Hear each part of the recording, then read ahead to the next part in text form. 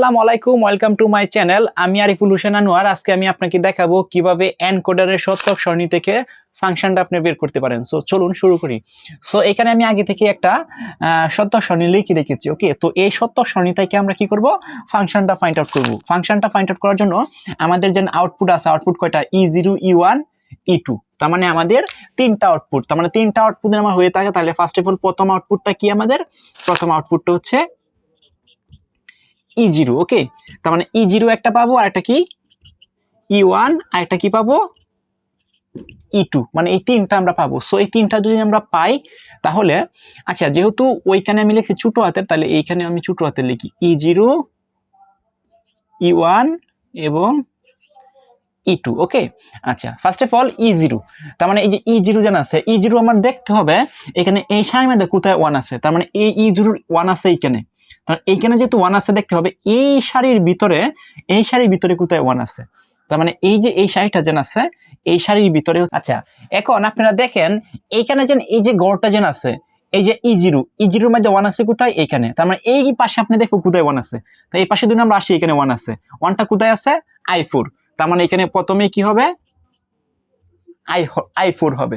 বুঝতে পারছেন বিষয়টা? আপনার প্লাস দিবেন, প্লাস দেওয়ার পর পরে এখানে একটা 1 আছে, তার মানে এই পাশে দেখবো 1 কোথায় আছে।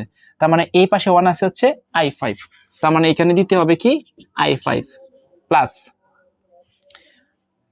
আমরা আরেকটু নিচে আসি, এখানে হচ্ছে আরেকটা 1 আছে, তার মানে এখানে 1 কি আছে, I6, তার মানে কি আছে I6, এবং লাস্টে আরেকটা 1 আছে, তার মানে এই পাশে 1 আছে কোথায়, I7, তার মানে প্লাস দিয়ে লিখতে হবে কি I7।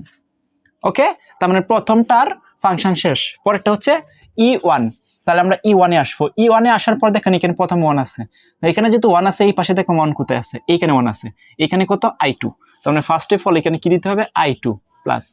এরপরে পরে এখানে 1 আছে, তার মানে এখানে 1 খুঁজতে হবে, এখানে 1, তার মানে I3 প্লাস। তারপর আমরা নিচে আসি, এখানে 1 আছে, তার মানে এইখান থেকে 1 আছে কত এখানে 1 আছে হচ্ছে I6, তার মানে I কত হবে 6 প্লাস।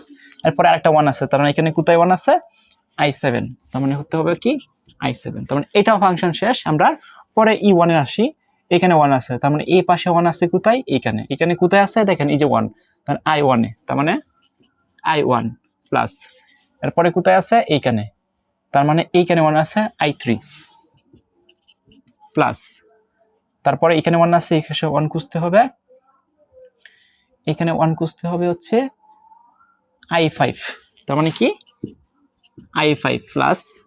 এখানে 1 আছে, তার মানে আবার এইখানে যেহেতু 1 আছে আপনারা এই 1 গুলো নিবেন না, কারণ এইগুলো তো আউটপুটেই, ইনপুটের গুলো দেখবেন এই যে এই পাশে ইনপুটের গুলা।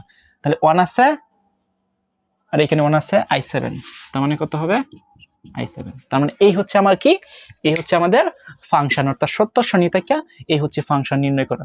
সো আপনারা ইজিলি বুঝতে পারছেন। এরপর যদি বুঝতে না পারেন তাহলে ডেফিনেটলি আমার এই ভিডিওর কমেন্ট বক্সে কমেন্ট করবেন আপনারা কোথায় বুঝতে পারেন নাই।